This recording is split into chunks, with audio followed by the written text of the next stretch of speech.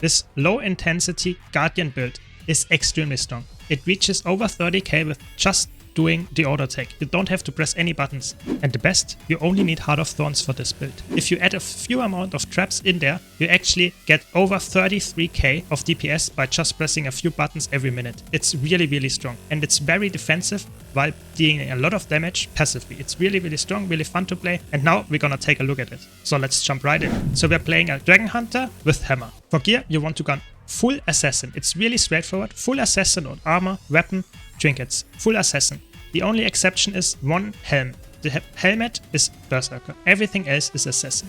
For infusions, you want to go with power infusions if you can afford them. For rune, you want to go very roleplay and go with the rune of the Dragonhunter. And very fun as well, you want to go with the relic of the Dragonhunter too. So very Dragonhunter. Yeah, that's how it goes.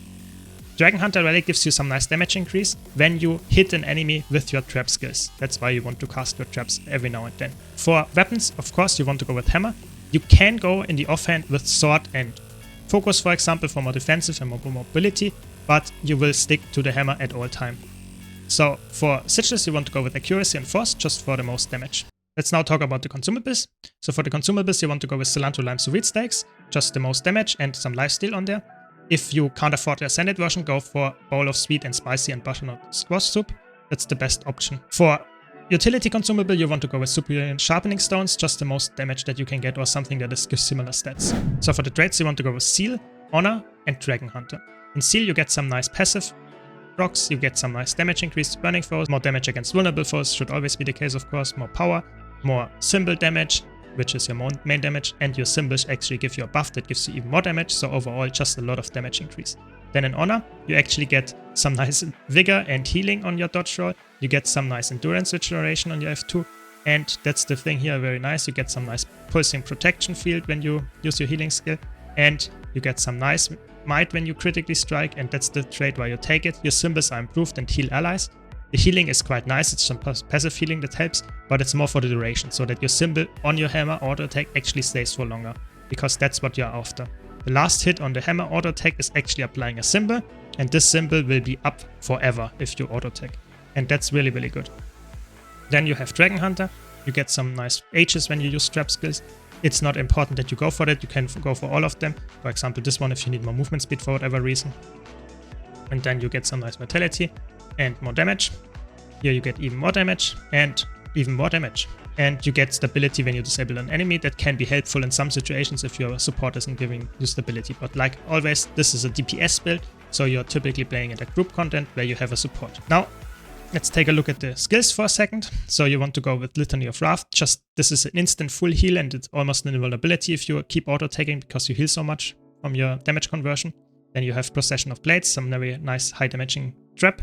Then you have some trap that isn't break stun, but also is important to keep your Dragonhunter relic up. Then passively gives some nice power, which can also be used as a Defiance break.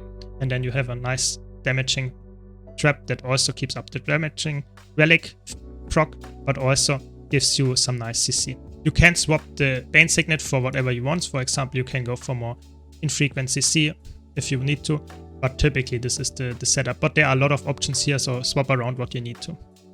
And then you have some very nice block here, also for your allies if you stand near them. And that can be really helpful. If it's only in front of you, you can deny a lot of attacks by that, if that's necessary for the fight. Then you have some very heavy CC with the 3 and the 4 skill, but typically you only use the 1 skill, so you just keep auto-attacking. Because, like I said, the last attack of the chain is actually providing a symbol that also gives protection to allies, so you are in that way very helpful for your support to upkeep protection, but it's also the most damaging things, because the symbol will be there all the time and will apply a lot of damage in addition to your auto attack and your traps. Now let's take a look at the rotation, because you can start slowly with just auto attacking and then you will reach 30k DPS. If you then slowly add one more trap, the Procession of Blades trap, that gives you some nice damage, just cast it off cooldown and you will get more damage.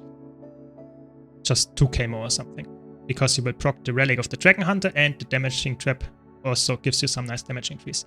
Be aware though that you always finish the last hit, so finish the symbol of protection and then you cast the trap.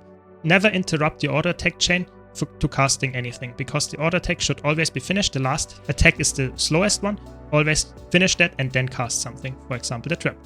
If you then want to go one step further, not only using the Procession of Blades, but also using Fragments of Faith and Dragon's Maw, use them whenever your Dragonhunter relic is running out the buff.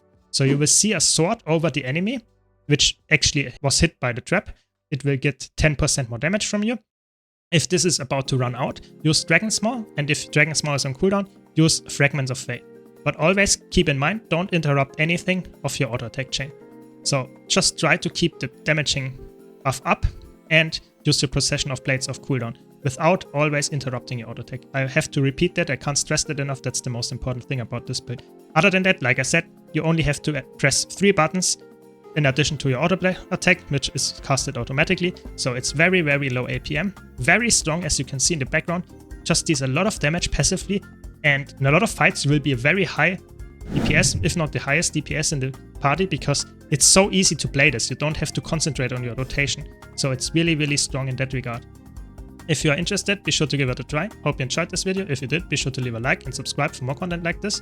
Thanks a lot for watching. Thanks to all my supporters on YouTube, Twitch and Patreon. Thanks for your support, and I hope to see you all in the next video.